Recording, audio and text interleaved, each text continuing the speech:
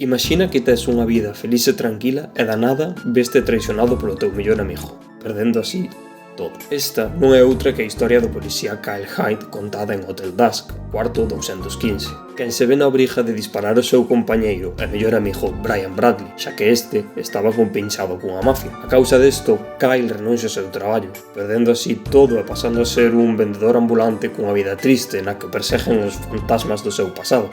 E el tamén os persegue a eles, xa que non vai parar até dar ca pista do seu ex-compañeiro.